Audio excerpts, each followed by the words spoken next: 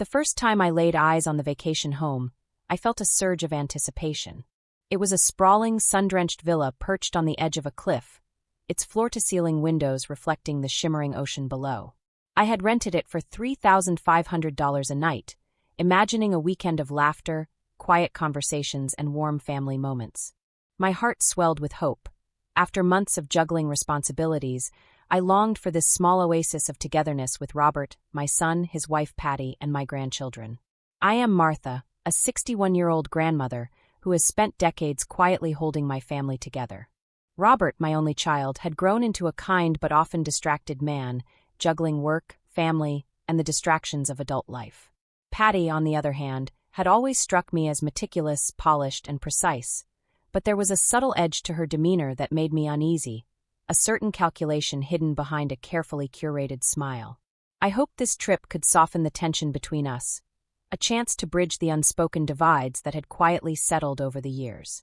The children bounded through the entrance as soon as we arrived, their laughter echoing off the marble floors and soaring ceilings. I felt a flicker of joy, picturing the weekend unfolding in moments of warmth. Dinners by the window, evenings spent playing board games, mornings sipping coffee while the sun rose over the ocean. But then, the dream began to crack. I was arranging towels in the guest rooms when I heard Patty's voice, low but sharp, cutting through the calm. "Let her sleep on the couch." I froze, my hands gripping the linen tightly. The words were deliberate, laced with a cruelty that startled me. I had paid for this home, chosen it with care and thought, yet in an instant, I felt cast aside, reduced to an afterthought. I stood there, heart pounding, listening as she leaned toward Robert with that same calculating smile. He laughed lightly at something she said, oblivious to the jab that had just landed in my direction. The living room, with its panoramic ocean view, suddenly felt suffocating. The air seemed heavier, charged with tension I could almost taste. In that moment, a quiet certainty settled in me. This weekend would not be the peaceful escape I had imagined. There was more to Patty's words than casual cruelty, a shadow of intention that hinted at secrets I could not yet see. My mind raced with possibilities, each more unsettling than the last, and I realized that I needed to tread carefully. As I retreated to the kitchen, trying to steady my trembling hands, I resolved to observe, to listen, and to uncover what lay behind that sneer. The stakes were higher than a mere insult. Something deeper, something dangerous, was lurking beneath the polished surface of this family gathering. I poured myself a cup of coffee, the steam rising like a fragile shield against the storm I felt approaching. Little did I know, the weekend had only just begun, and the events about to unfold would challenge everything I thought I knew about trust, loyalty, and the strength of a grandmother underestimated. The morning after our arrival, the villa's quiet beauty seemed to mock the tension simmering beneath the surface. Sunlight poured through the expansive windows, glinting off the polished floors and illuminating the delicate floral arrangements I had placed the night before. The children ran barefoot through the living room, their laughter bouncing off the walls, oblivious to the undercurrents swirling around them. I watched them for a moment, savoring their joy, while a knot of unease tightened in my chest. Robert emerged from his bedroom, looking relaxed and cheerful, carrying a tray with freshly brewed coffee and pastries. "Good morning, Mom," he said warmly, smiling at the children as they clamored for a seat. But when his eyes met Patty's, I noticed the subtle exchange, a glance too quick, a smile too practiced. There was a calculation there I had seen before, the quiet assurance of someone who knew they held a hidden advantage. Patty's demeanor had always been precise, but now it felt performative, almost theatrical. She moved through the villa with an air of ownership, rearranging cushions, adjusting the blinds, offering suggestions I hadn't asked for. Each action, though outwardly innocuous, carried a weight of control that made me cautious. I realized that her earlier comment, "Let her sleep on the couch," was more than a thoughtless remark. It was a declaration, a small but deliberate attempt to assert dominance in a space I had chosen, a warning that she had no intention of respecting boundaries. As we gathered for breakfast, the conversation flowed superficially. Robert chatted about work, the children shared their excitement about the pool, and I offered gentle suggestions for the day's activities. Yet every so often, I caught the flicker of something unsettling in Patty's eyes, a flash of amusement that didn't reach her lips. I felt a prickle of intuition, the same feeling I had learned to trust over decades of life experience. Something was amiss, and the villa's pristine serenity could not mask it. I spent the morning observing, noting subtle patterns, Patty's selective responses, the way she guided Robert's attention away from certain topics, and her careful monitoring of the children's movements. It was like watching a chess game unfold in slow motion. Every gesture, every word, seemed strategically calculated. My unease deepened, but so did my resolve. I couldn't confront her outright yet. I needed clarity, evidence, a way to protect myself and the family I loved. By mid-afternoon, the tension had grown almost tangible. Even the ocean breeze, which normally would have been soothing, carried a sharp edge, whispering of the storm beneath the surface. I excused myself to the veranda, letting the sun warm my shoulders while I considered my next steps. I realized that this weekend was no longer just a family getaway. It had become a test of perception, patience, and vigilance. Something dark lingered just beneath the polished smiles and cheerful laughter. And though I could not yet see the full extent of it, I knew one thing with absolute certainty.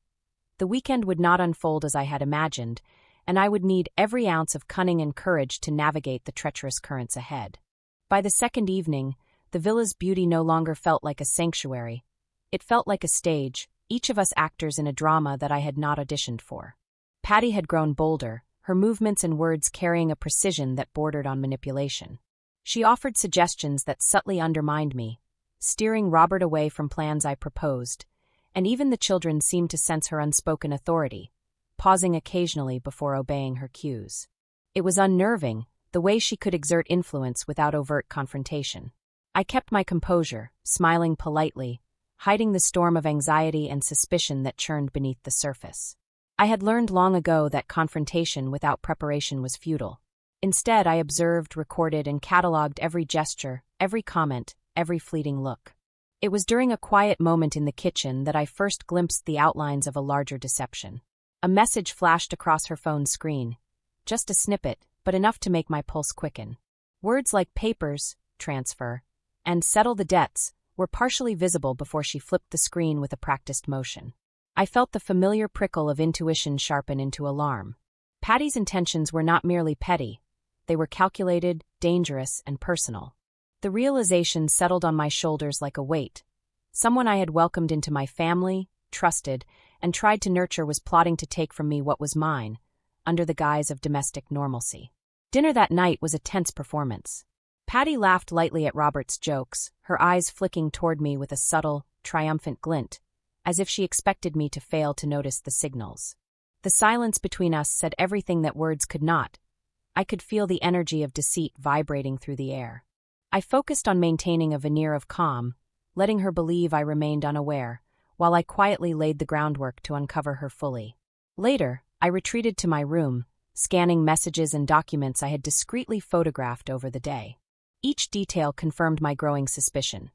She was attempting to orchestrate a plan to gain control over my home and settle Robert's secret financial entanglements. My chest tightened with a mixture of anger, disbelief, and sorrow. How could someone so close, someone we called family, betray trust with such ease? Sleep did not come easily. My mind replayed every interaction, searching for the cracks, the small clues I might have missed. The villa, once a haven of sunlight and ocean breezes, now felt oppressive, every polished surface reflecting the tension and deceit simmering below. I realized I had no choice but to play along, to feign ignorance while gathering evidence, documenting every step, every word. By the next morning, I had formed a quiet strategy. I would not allow fear or indignation to rule me. Patty may have thought she controlled the narrative, but I had learned that patience and vigilance often reveal the truth more powerfully than confrontation. The stakes had grown higher than I could have imagined, and the coming days would test not just my resolve, but my ability to outwit someone who underestimated me entirely. The night of the revelation arrived with a quiet tension that felt almost palpable. The villa was bathed in the soft glow of the dining room lights, the ocean waves below a muted soundtrack to the drama about to unfold. I had spent the day carefully arranging the evidence I had gathered. Photographs of messages, screenshots of conversations, and the scattered notes Patty had left carelessly in her haste. Each piece was a thread in the web of deceit she had so meticulously spun, and I was ready to unravel it. Dinner began as usual, with laughter and small talk masking the undercurrents of suspicion. Patty moved with her usual air of confidence, leaning toward Robert as she whispered jokes and stories meant to charm. But this time, I did not falter under her gaze. I felt a quiet surge of determination, knowing that the next moments would decide the course of our family's future. "I think we need to discuss something," I said, my voice calm but firm, breaking the casual rhythm of the evening. Patty's eyes flickered, a brief crack in her carefully maintained mask. Robert looked up, puzzled, sensing the sudden seriousness but not yet understanding its gravity. I began laying out the evidence one by one. Screenshots of messages flashed across my phone, printed notes spread across the table, and photographs of her subtle manipulations placed where all could see. Each piece revealed the meticulous plan she had orchestrated. The forged papers, the financial maneuvers, the attempts to control our home under the guise of caring for Robert. Patty's confidence faltered. A flicker of panic crossed her face, then disbelief, as she realized that the carefully curated image she projected for months was collapsing. She tried to speak, to deny, to twist the narrative, but each word was met with irrefutable evidence. Her composure crumbled like fragile glass, leaving only the stark truth beneath. Robert's face shifted from confusion to shock, then to anger. He turned to me, eyes wide with recognition of what had been hidden in plain sight. "Martha, I had no idea," he whispered, the weight of betrayal settling on his shoulders. I reached out, placing a steady hand on his, conveying a mix of solace and quiet triumph. For a moment, the room was silent, the tension vibrating in the air like a held breath. The children watched, sensing the gravity of the situation without fully understanding the complexity of adult deceit. I realized then that what I had accomplished was not just exposure. It was reclamation, reclaiming dignity, respect, and the safety of my family from someone who sought to manipulate it for selfish gain. Patty slumped into her chair, the smugness gone, replaced by fear and humiliation. Robert, finally comprehending the full extent of her betrayal, embraced me quietly, gratitude and remorse mingling in his eyes. In that moment, the villa felt lighter, the shadows lifted, and the truth, painful though it was, had restored balance. I sat back, breathing deeply, and realized something profound. Even in the face of deceit and betrayal, clarity and courage could reclaim what was rightfully mine. The days following the confrontation felt surreal. The villa, once a stage for tension and betrayal, now seemed almost ordinary, its polished floors and sunlit rooms quietly witnessing the shift that had occurred. Patty had retreated, her presence diminished, her carefully constructed persona dismantled by the truth. Robert, still grappling with the shock of her betrayal, moved slowly, as if rediscovering the family he had trusted and almost lost. For my part, I allowed myself a measure of relief, though it was tempered by reflection. The evidence I had gathered, the patience I had exercised, and the courage I had summoned were more than mere tools of exposure. They were affirmations of my own strength. I realized that in life, dignity is not a gift to be handed over lightly. It is something fiercely defended, often in silence, until the moment calls for action. Watching the children play along the cliffside, their laughter carrying freely across the breeze, I felt a renewed sense of purpose. They were oblivious to the storm that had passed, but their joy reminded me why it had been worth enduring the deceit and confrontation. Protecting what mattered most, family, trust, and the sanctity of our home, had required vigilance and cunning, qualities I might not have acknowledged in myself before this ordeal. Robert approached me one afternoon, his expression a mixture of apology and gratitude. "Mom, I don't know how you saw through it all," he said softly. I smiled, placing a hand on his shoulder. "Sometimes you just know," I replied. "And sometimes you have to wait quietly until the truth reveals itself."